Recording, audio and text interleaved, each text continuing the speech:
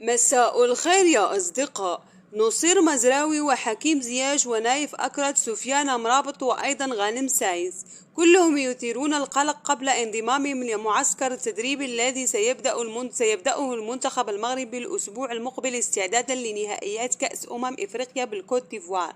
مزراوي يغيب منذ فترة عن مباريات بايرن ميونخ بسبب إصابة عضلية قوية، وزياش سيغيب عن مباراة سوبر التركي اليوم والتي ستجمع بين فريقه غلطة سراي وغريمه فيرنباخشا، وذلك بسبب الألم في الظهر. ونايف أكرد غاب حتى الآن عن 3 مباريات لعبها ويست هام من دون لعدم استعادة لياقته بعدما أصيب قبل أيام بالإنفلونزا. وأمرابط عانى من إصابة لم تحددها التقارير الإعلامية البريطانية التي ذكرت الخبر، لذلك غاب عن مباراة يوم الثلاثاء الماضي أمام استون فيلا في منافسات البريمير ليج. ونفس الشيء بالنسبة لغانم سايس الذي غيبته الإصابة كذلك يوم الجمعة الماضي عن مباراة فريقه الشباب أمام الأخدود في منافسات البطولة السعودية، ولا يعرف إن كان سيشارك في مباراة يوم غد السبت أمام نادي الوحدة أم لا. هناك أخبار تقول بأن 4 أندية تمارس في البطولة الإسبانية طلبت من الجامعة الملكية المغربية لكرة القدم السماح ل5 لاعبين مغاربة يمارسون في صفوفها بالتأخير عن الالتحاق بالمعسكر الإعدادي للفريق الوطني الذي سينطلق يوم الثاني يناير، بحيث أن الليغا الإسبانية ستعود يوم الثلاثاء القادم. ويتعلق الأمر بأندية ريال بيتيس وإشبيليا وفالنسيا وألفيس، حيث يمارس شادي رياض وعبد الصمد الزلزلي ويوسف نصيري وسليم أملاح وعبد القادر عبقار. وتنتظر الجامعة الملكية المغربية لكرة القدم رد الناخب الوطني في هذا الموضوع.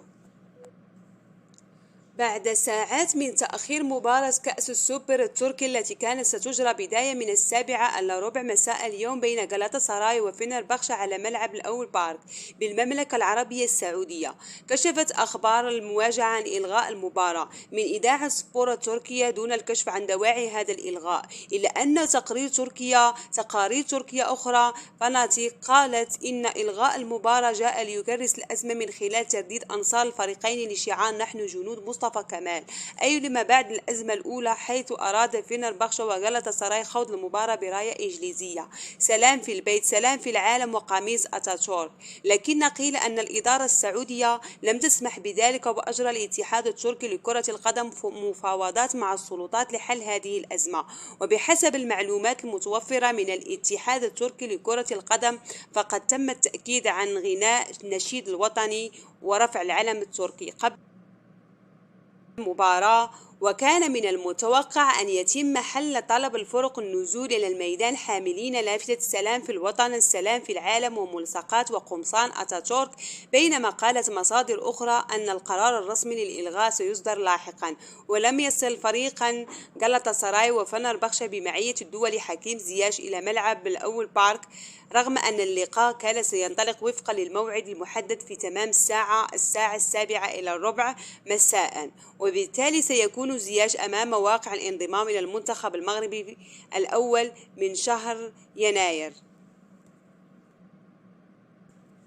بعدما شارك في 17 مباراة هذا الموسم مع الشياطين الحمر دون أن يشفي الغليل، ذكرت قناة تيفي بلاي وغيرها من المصادر البريطانية أن سفيان أمرابط قد يعود إلى إيطاليا شهر يناير المقبل، فيما أكدت فيولا نيوز الإيطالية أن الدول المغربي غير سعيد في قلعة أولد رافورد، وأن فيرونتينا بصدد البحث عن فريق جديد ينضم إليه إما في يناير وإما في الصيف المقبل. وفي نفس السياق تؤكد توتو ميركاتو أنه من المستبعد جدا أن يغادر أمرابط فريق اليونايتد خلال شهر يناير القادم، وأنه سيكمل الموسم مع فريقه بلا أدنى شك. لكن مهما كان فإن أمرابط منهمك حاليا في التفكير في نهائيات كأس إفريقيا، حيث يستعد مع أسود الأطلس لخوض غمار بطولة قارية جديدة، وأن كل تركيزه منصب حاليا حول بطولة الكان.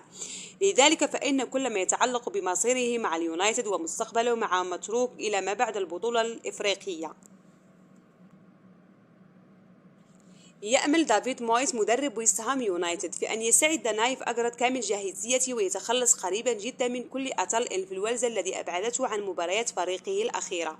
كما يأمل أن يتمكن الدول المغربي من المشاركة في مباراة ويست هام يوم الثلاثاء 2 يناير المقبل عندما يستضيف غريمه برايتون عن الجولة العشرين من منافسات البريمير ليج. وأكد مويس أن غير واثق من مشاركة أجرد في مباراة يوم الثلاثاء، كما أنه لا يعرف متى سيسافر أجرد ولا زميله محمد قدوس للانضمام لمنتخب بلادهما المغرب وغانا. وقال مويس: في هذا الصدد الأمر غير عادي، لا أستطيع أن أعطيكم إجابة متى سيغادر أجرد ولا قدوس للمشاركة في بطولة إفريقيا. لم نتلقى أي تأكيد بشأن تواريخ الانضمام أي من لاعبين لمنتخبات بلدانهم، هذا أمر غير عادي على الإطلاق.